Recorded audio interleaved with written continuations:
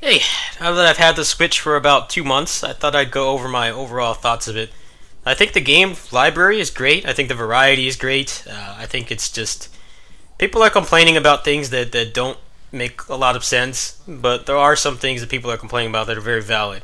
I think all the Wii U port complaining is it's kind of a non-issue. I mean, obviously, with this platform, there was not much of a people weren't frothing at the mouth to support it basically, especially since the last you know Wii console, the Wii U was basically a failure.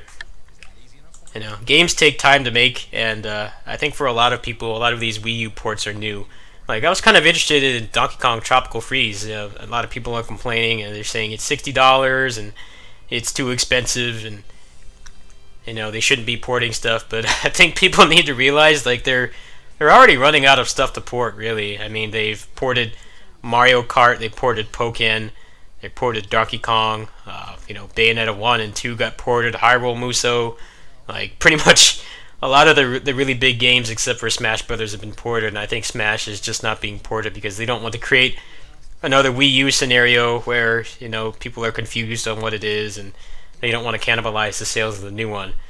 But they're already running out of things to port. I think from this point on, maybe a couple of the third-party exclusives, like say, Wonderful 101 and stuff like that, will probably get ported. But I think come next year, like a lot of the big AAA ports are going to be pretty much exhausted. I'll be interested to see if they do anything with GameCube stuff. I think people would be far more open to like GameCube and Wii ports than the Wii U. But it's mostly just like die-hard Nintendo fans that are complaining. I think a lot of people, you go on like Reset Era and stuff, and a lot of people are saying, well, I didn't get a chance to play games like Pokken and what's it called, Donkey Kong Tropical Freeze. So paying $60 doesn't matter, and you have other people complaining that there's ports. I still think there's a vast variety of games to play. Even if a lot of them are ports. Like I talked in my last video, the Gunvolt port is great. Despite my issues with the game, this is definitely one of the better remasters that I've purchased because it works well in a portable setting. They actually did add a bunch of stuff. They didn't just make it run in 720p and call it a day. They actually doubled the frame rate, which is one of the biggest problems with the game. The game it's supposed to be like a fast Inti Creates platformer, made by the same people, or at least some of the same staff that worked on the Mega Man Zero games. The controls are pretty much identical. I wouldn't be surprised if maybe they were able to salvage some code or something for how they managed the movement in the physics engine.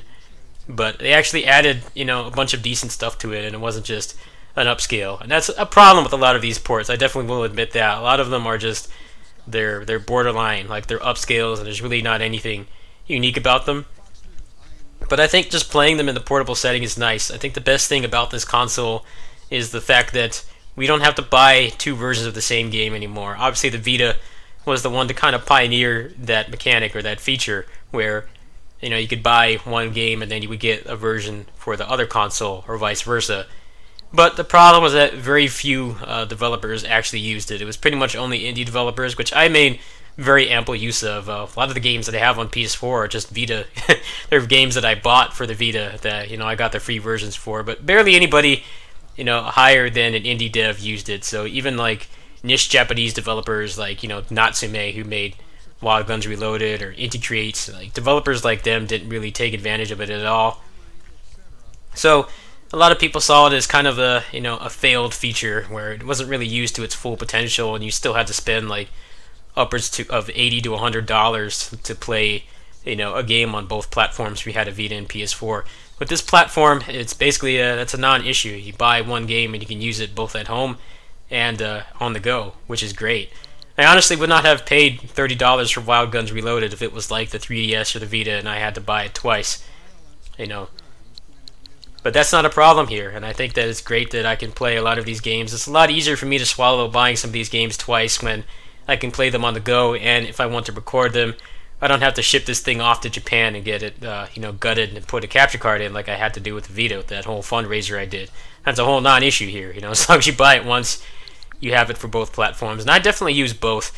I do mostly, to be fair, I do mostly use the home mode for stuff that gets like an advantage when it's docked, like Fire Emblem Muso has the 60 FPS mode, and just for being able to record it. But for the most part, I play in portable mode. But still, I would not have this massive library if you know, I had to buy these games twice. Some of these games I would not be caught dead buying twice. You know, Bleed 2 was Nintendo taxed, but I had the gold points, so it didn't really bother me that much to pay for it again. You know, Bayonetta 2 had the benefit. I never really finished Bayonetta 2 on the Wii U. I never had a Wii U, and I only played it at my local gaming cafe, which shut down like shortly after I started my playthrough. Actually, I didn't mind paying for this. I do think that the Nintendo tax is an issue. It is a valid complaint, but I think that it's probably going to die down very soon. I wouldn't be surprised if this E3, they have a very increased presence, and they're talking about more original games, or at the very least ports like the Bayonetta 2 one, which was pretty, I'd argue it was high profile, because they announced, you know, the Bayonetta 2 port, and then they went straight into Bayonetta 3, so it felt like it was actually a good gesture. You know, a lot of people didn't really play these games on the Wii U, but I think that they'll have, you know, just more things to be excited for. And right now, it is definitely very barren. I don't really have that much that I'm interested in buying at the moment. The next thing I'm really interested in is I might get Code of Princess, depending on how much they actually changed that game. I did get it refunded back when I bought it for PC. I think late 2016 or early 2017. I really didn't like it, but it seems like they want to make some changes to it, and it's something like $30 on Amazon Prime, so I'll probably get that. Donkey Kong Tropical Freeze I might just get for my own personal use. I don't really think that's something you guys would be interested in watching. Wizard of Legend, which unfortunately still does not have a release date. Hopefully by the time you guys see this, they will finally speak up about that. That's something I'll be getting. I'll be doing a port review on that, whether they give me a key or not. I won't mind doing the progress on that game twice if I like it. It looks like the perfect replacement roguelike for me. I did kind of get burnt out on 20XX and Red Obsidian Remnant. That game just made a bunch of stupid changes, like just HP sponge bosses that don't stagger to anything, which is, sure, if you've followed me for any amount of time, you know that's my least favorite thing ever. So I'm glad that I'm going to have another roguelike to play, so I'll be looking into that.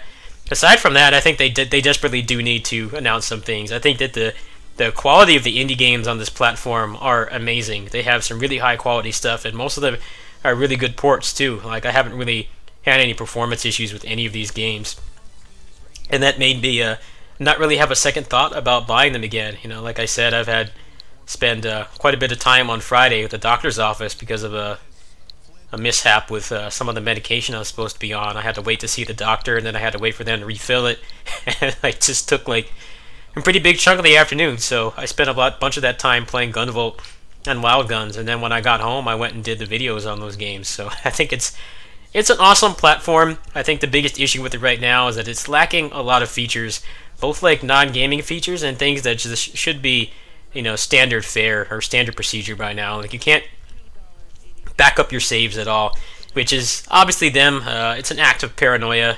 You know, they're scared that people are going to crack this thing open. Apparently there's like already cracks for it that like they can't ever patch out or something like that. That's not something I would do with this console. You know, maybe if it, the scene like really took off and they had like crazy stuff like PS2 emulation or something on it, I'd consider raising the money for another one on my own and you know, get that one jailbroken.